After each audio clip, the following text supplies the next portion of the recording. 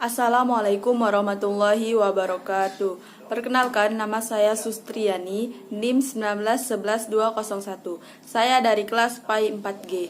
Video ini untuk memenuhi tugas mata kuliah Pengembangan Media dan Sumber Belajar dengan dosen pengampu Ibu Nurul Faki Isroi.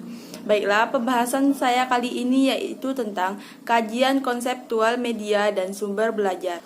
Seperti yang kita ketahui, guru dan buku teks tidak lagi menjadi sumber seluruh informasi. Guru telah menjadi fasilitator pemerolehan informasi.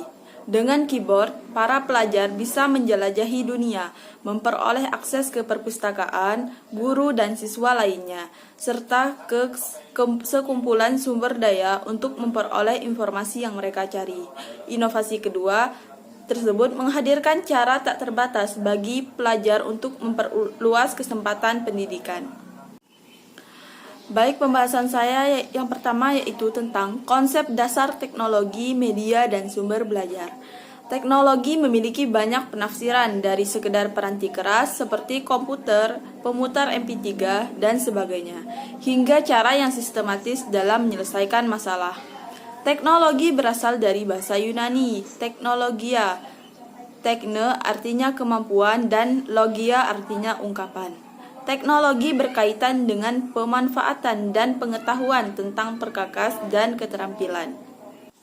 Teknologi pengajaran. Teknologi yang merujuk pada teknologi pengajaran merupakan pemanfaatan dan pengetahuan spesifik dari perkakas dan keterampilan dalam pendidikan.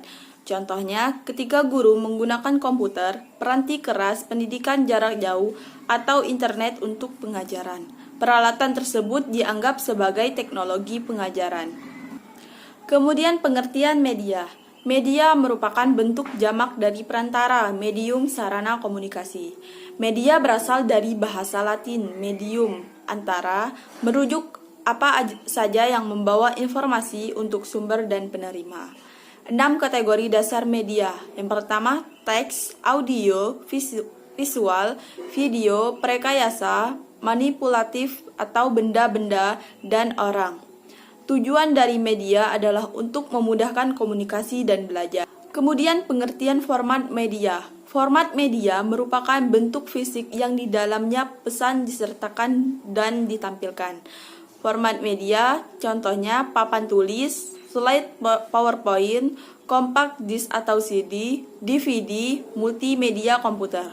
Kemudian contoh dari media itu visual dan teks, teks dan visual, suara dan musik, video, audio, teks dan video. Selanjutnya yaitu sumber belajar. Sumber belajar sebagai sumber data manusia dan barang yang dapat dipakai oleh pelajar sebagai suatu sumber tersendiri atau dalam kombinasi untuk memperlancar belajar. Contoh dari sumber belajar ini misalnya pesan, orang, bahan, alat, teknik, dan lingkungan. Sumber belajar terbagi menjadi dua. Yang pertama, by design dan by utilization. By design merupakan sumber belajar yang sengaja dirancang atau dibuat untuk membantu belajar mengajar. Misalnya, buku, brosur, film, video, tape recorder, slides, dan lain-lain. Kemudian, by utilization ini merupakan sumber belajar yang dimanfaatkan guna memberi kemudahan kepada seorang dalam belajar, berupa segala macam sumber yang ada di sekitar. Misalnya, pasar, toko, museum, pakar, tokoh, masyarakat, dan lain-lain. Kemudian selanjutnya tentang fungsi sumber belajar. Penggunaan sumber belajar disesuaikan dengan tingkat kebutuhan anak. Misalnya, ada seorang anak yang hanya menghendaki bahan dari sumber belajar yang sama. Hal ini dikarenakan adanya kebutuhan anak pengulangan-pengulangan untuk menguasai kemampuan maupun keterampilan tertentu.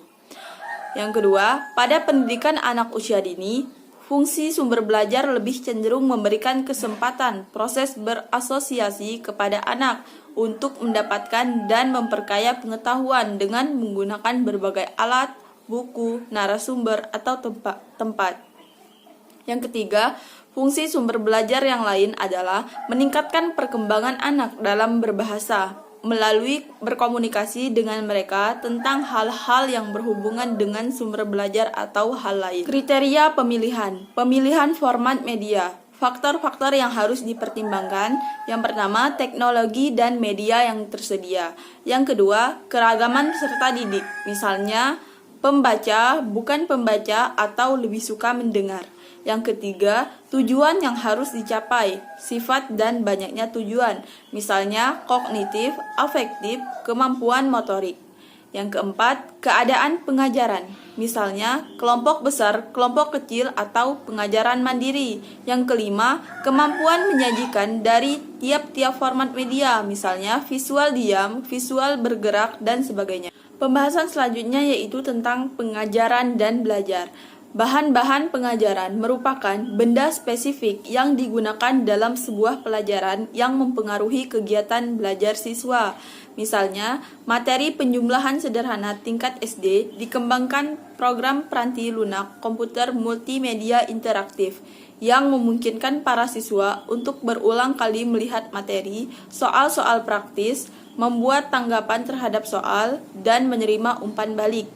Materi, soal, dan umpan balik yang spesifik tersebut merupakan bahan pengajaran. Rangkaian kesatuan konkret abstrak. Edgar Dale 1969 berpendapat bahwa pembelajar dapat dimanfaatkan kegiatan pengajaran yang lebih abstrak, sehingga mereka membentuk sekumpulan pengalaman yang lebih konkret untuk memberi makna pada representasi kenyataan yang lebih abstrak. Kemudian menurut Jerome Bruner 1966, belajar akan lebih mudah jika pengajaran mengikuti urutan mulai dari pengalaman konkret yang nyata ke penyajian yang lebih simbolis atau abstrak. Prinsip-prinsip pengajaran efektif: menakar pengetahuan sebelumnya yang dimiliki siswa, mempertimbangkan perbedaan individual, menyatakan tujuan harus terperinci sesuai dengan hasil atau standar yang diharapkan. Yang keempat, mengembangkan kemampuan metakognitif, keterampilan yang selektif dalam mengawasi, mengevaluasi, dan menyesuaikan pendekatan siswa.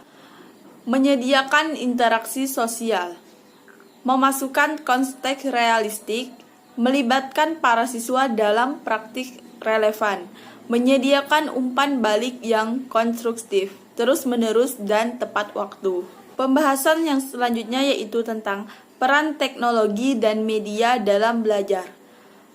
Peran teknologi dan media ini terbagi menjadi dua, pembelajaran berpusat pada guru dan pembelajaran berpusat pada siswa. Pembelajaran berpusat pada guru, teknologi, dan media yang digunakan untuk mendukung penyajian pengajaran. Contohnya, guru menggunakan LCD untuk menampilkan berbagai grafik batang saat para siswa mempelajari laju pertumbuhan penduduk. Guru menampilkan rekaman video pemberian makan burung di kebun binatang yang dapat memudahkan presentasi guru tentang kebiasaan makan burung. Kemudian pembelajaran berpusat pada siswa. Siswa merupakan pengguna utama teknologi dan media. Yang pertama, portofolio, yaitu kumpulan karya siswa yang menggambarkan pertumbuhan dalam sebuah periode waktu, meliputi artefak seperti buku bergambar, video, dan proyek multimedia komputer. Yang kedua, pendidikan jarak jauh, contohnya video dan program komputer yang dikirim ke siswa perorangan. Radio, siaran televisi, dan telekonferensi yang dimanfaatkan secara langsung. Lingkungan belajar. Lingkungan belajar merupakan lingkungan atau situasi fisik yang di dalamnya pembelajaran diharapkan berlangsung. Lingkungan belajar ini mencakup fasilitas fisik, suasana akademik, dan emosional, serta teknologi pengajaran. Lingkungan belajar ini terbagi menjadi dua, yaitu sinkronous dan asinkronous. Lingkungan belajar bersifat dalam waktu bersamaan, atau disebut dengan sinkronous, terdiri dari pengajaran berlangsung, saling berhadapan, waktu dan tempat yang sama, dan pengajaran yang berlangsung di waktu yang sama, tempat yang berbeda.